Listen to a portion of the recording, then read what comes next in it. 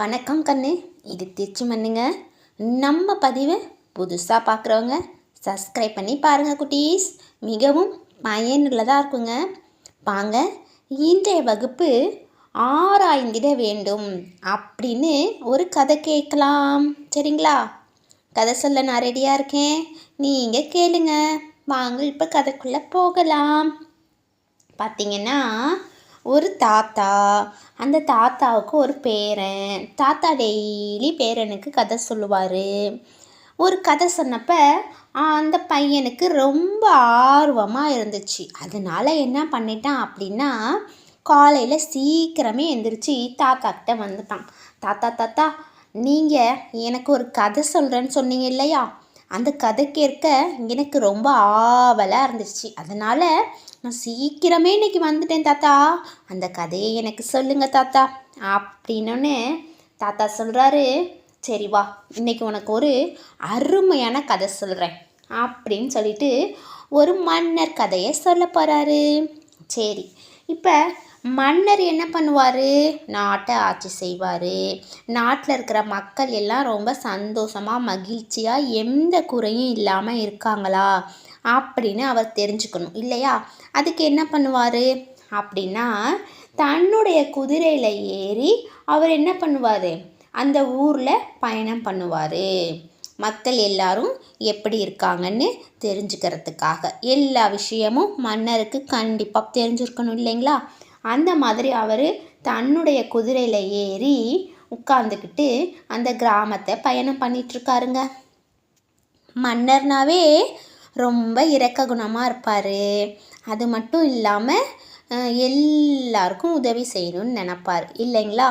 அதே மாதிரி தான் அவருடைய குதிரைக்கும் இரக்க குணம் அதிகம் இருந்துச்சான். இப்போ இந்த மன்னரும் அந்த மன்னர் குதிரை மேலே அந்த கிராமத்தை சுற்றி வந்துக்கிட்டு இருக்கிறாரு, பயணம் பண்ணிகிட்ருக்காரு.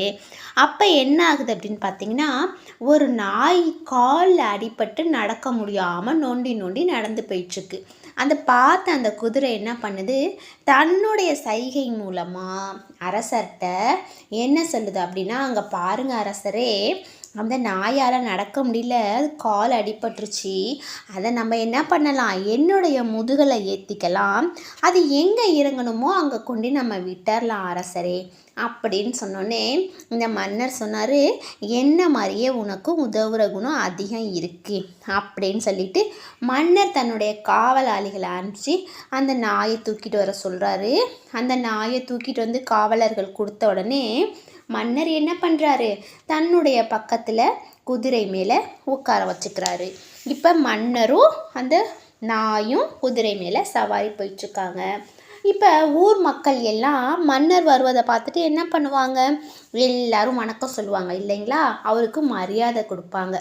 இதையெல்லாம் பார்த்துக்கிட்டே வந்த இந்த நாய்க்கு என்ன ஒரு திமிரு வந்துச்சு அப்படின்னு பார்த்தீங்கன்னா, தன்னை தான் எல்லாரும் வணங்குறாங்க, தனக்கு தான் எல்லாரும் மரியாதை கொடுக்குறாங்க, தன்னை தான் எல்லாரும் கும்பிடுறாங்க அப்படின்னு ரொம்ப திமுறாக அந்த நாய் என்ன பண்ணுது?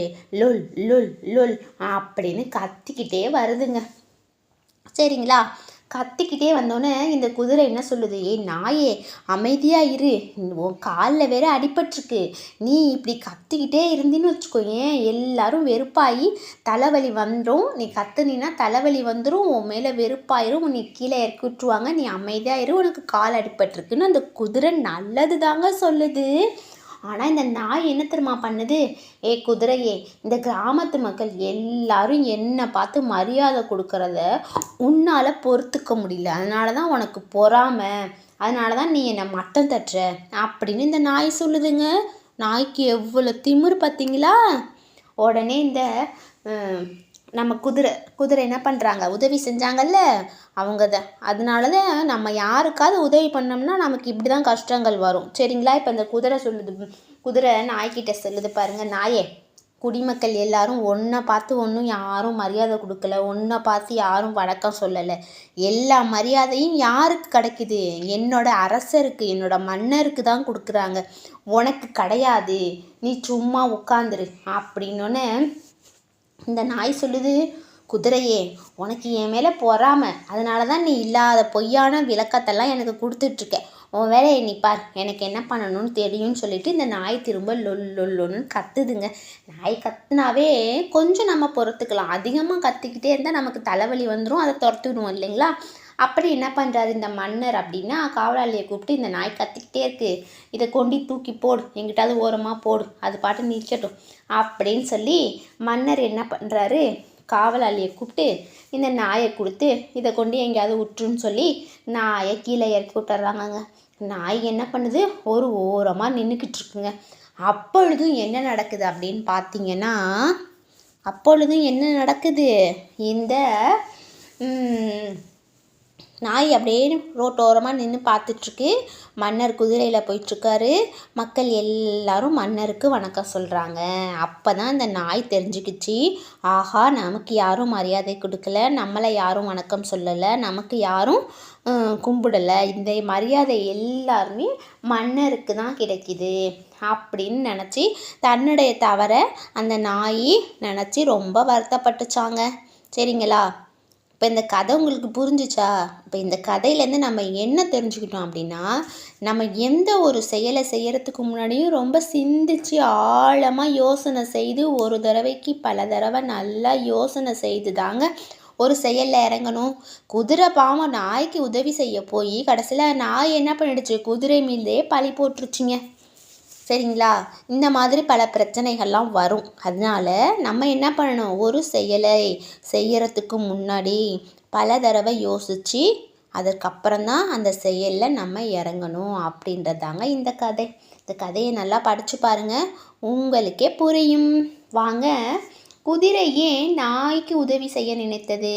வினாக்களுக்கு விடைகளில் முதல் வினா, நாய் காலில் அடிபட்ட காரணத்தினால் குதிரை நாய்க்கு உதவி செய்ய நினைத்ததுன்னு சொல்லி எழுதிருங்க, புக்கிலே கொடுத்துருக்குறாங்க. அடுத்தது இரண்டாவது, காவலர்கள் குதிரை மீது இருந்த நாயை ஏன் கீழே இறக்கிவிட்டனர்? அதற்கு என்ன பதில், நாய் லொல்லொல் என குறைத்து கொண்டே இருந்ததால் காவலர்கள் குதிரை மீது இருந்த நாயை கீழே இறக்கிவிட்டனர் அப்படின்னு சொல்லிட்டு எழுதிருங்க. சரிங்களா. அடுத்தது பார்த்திங்கன்னா ஆக்டிவிட்டீஸ்லாம் கொடுத்துருக்குறாங்க, அதையெல்லாம் நீங்கள் செய்து முடித்துருங்க. நிறைய ஆக்டிவிட்டீஸ் கொடுத்துருக்குறாங்க, அதெல்லாம் வகுப்பில் நீங்கள் செய்து முடிச்சிருங்க. முடிந்தால் வகுப்பில் இந்த கதையை நாடகமாக நடித்து பாருங்கங்க, உங்களுக்கு ரொம்ப பிடிச்சிருக்குன்னு நினைக்கிறேன். இந்த பதிவை உங்கள் நண்பர்களுக்கும் ஷேர் பண்ணுங்கள், சப்ஸ்கிரைப் பண்ணுங்கள். வாழ்க வையகம். நம்ம மீண்டும் ஒரு வகுப்பில் சந்திக்கலாமா குட்டீஸ்? நன்றி, வணக்கம்.